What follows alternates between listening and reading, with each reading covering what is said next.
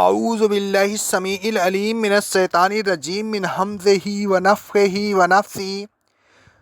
سورہ المائدہ کی آیت نمبر 2 میں اللہ رب العالمین کا ارشاد گرامی ہے، اے ایمان والو، اللہ کے شعائر کی اور حرمت والے مہینوں کی بے حرمتی نہ کیا کرو، اور نہ قربانی کے جانوروں کی جن کو اللہ کی نذر کر دیا گیا ہو، اور نہ ان کو جن کے گلے میں بطور علامت پٹے پڑے ہوئے ہوں، اور نہ ان لوگوں کی جو مسجد حرام کی زیارت کی نیت سے اپنے رب کا فضل اور اس کی رضا تلاش کرتے ہوئے چلے جا رہے ہوں۔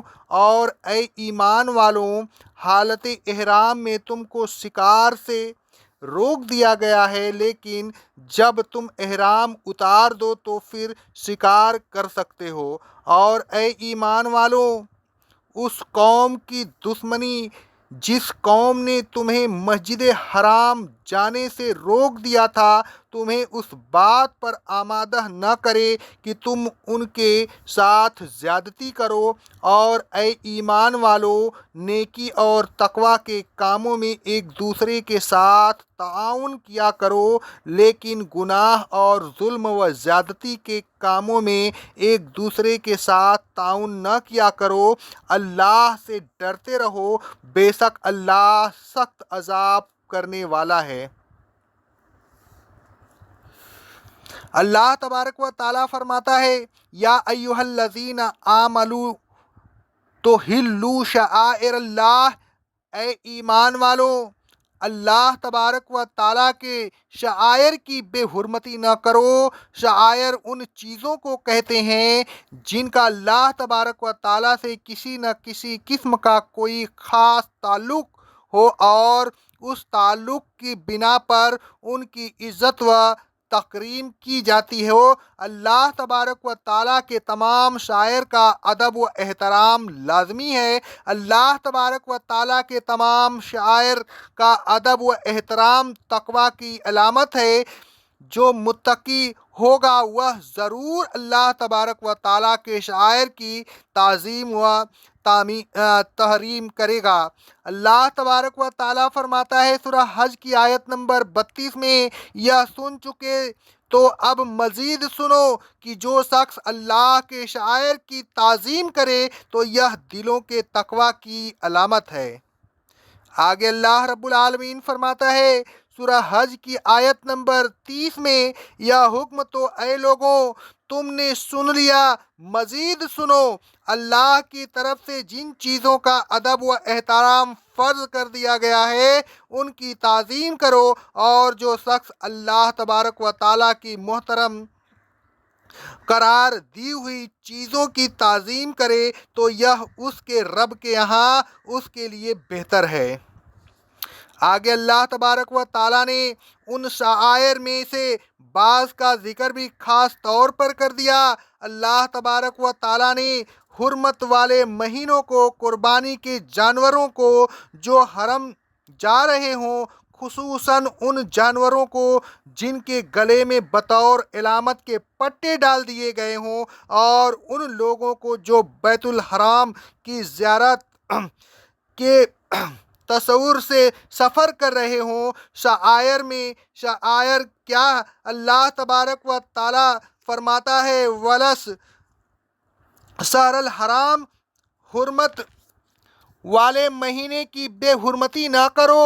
حرمت والے مہینے ذی القعدہ، ذی الحجہ، محرم اور رجب ہیں۔ ان 4 مہینوں کی خاص حرمت ہے، جیسا کہ اللہ تبارک و تعالیٰ کا ارشاد گرامی ہے سورہ التوبہ کی آیت نمبر 36 میں۔ اللہ رب العالمین فرماتا ہے، اللہ کے نزدیک اللہ تبارک و تعالیٰ کی کتاب میں اس دن سے جس دن اس نے آسمانوں کو اور زمین کو پیدا کیا تھا، مہینوں کی گنتی 12 ہے، اس میں سے 4 مہینے حرمت والے ہیں۔ صحیح اور سیدھا دین یہی ہے، لہٰذا اے ایمان والو، ان مہینوں میں ناحق خون ریزی کر کے اپنی جانوں پر ظلم نہ کرنا، البتہ جب مشرکین تم سے ان مہینوں میں لڑیں تو تم سب مل کر ان مشرکین سے اسی طرح لڑو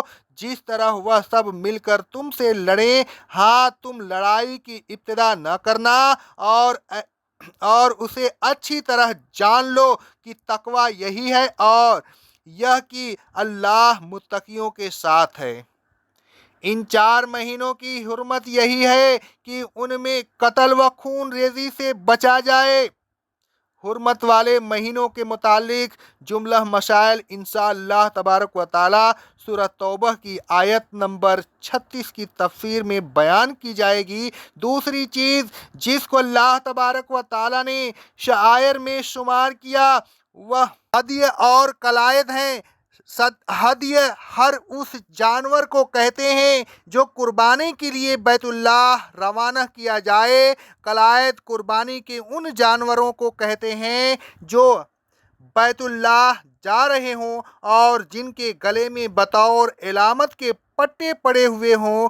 گویا ہدی کے بعد قلائد کا ذکر عام کے بعد خاص کی مثال ہے۔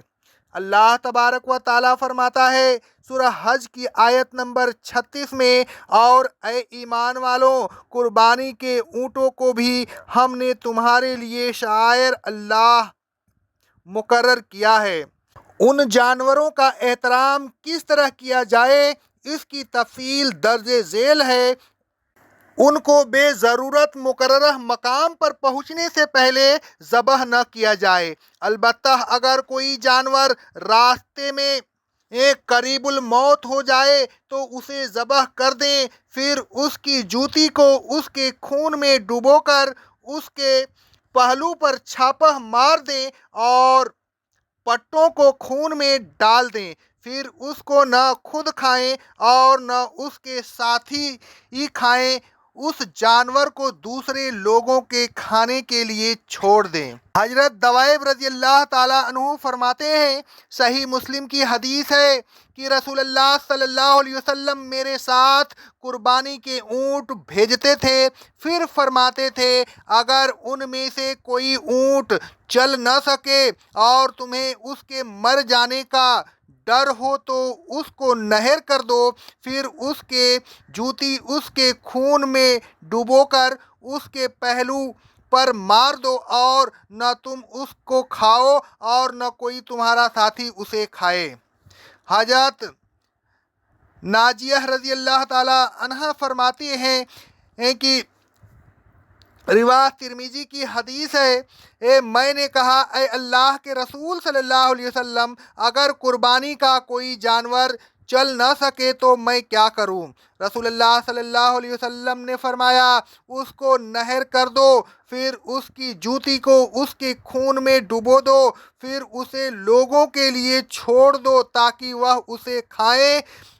موطا امام مالک میں ہے کہ اسے پٹوں کو خون میں ڈال دو۔ پہلو پر خون آلودہ جوتی کا چھاپہ لگانا اس بات کی علامت ہوگی کہ یہ جانور بیت اللہ جا رہا تھا لیکن راستے میں چل نہ سکنے کی باعث ذبح کر دیا گیا ہے۔ اس راستے سے گزرنے والے سمجھ لیں گے کہ یہ جانور حلال ہے، وہ اس میں سے بلا کھٹکے کھا سکیں گے۔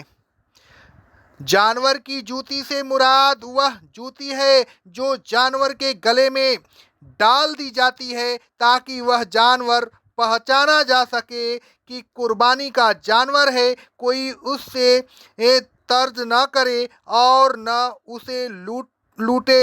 اگر وہ جانور راستے میں نڈھال ہو کر مرنے کے قریب ہو جائے تو اسی جوتی کو خون میں ڈبو کر اس جانور کے پہلو میں چھاپہ لگا دے۔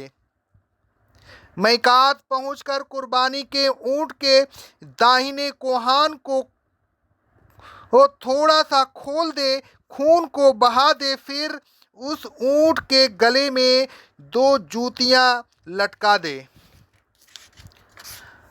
حضرت عبداللہ بن عباس رضی اللہ تعالیٰ عنہ فرماتے ہیں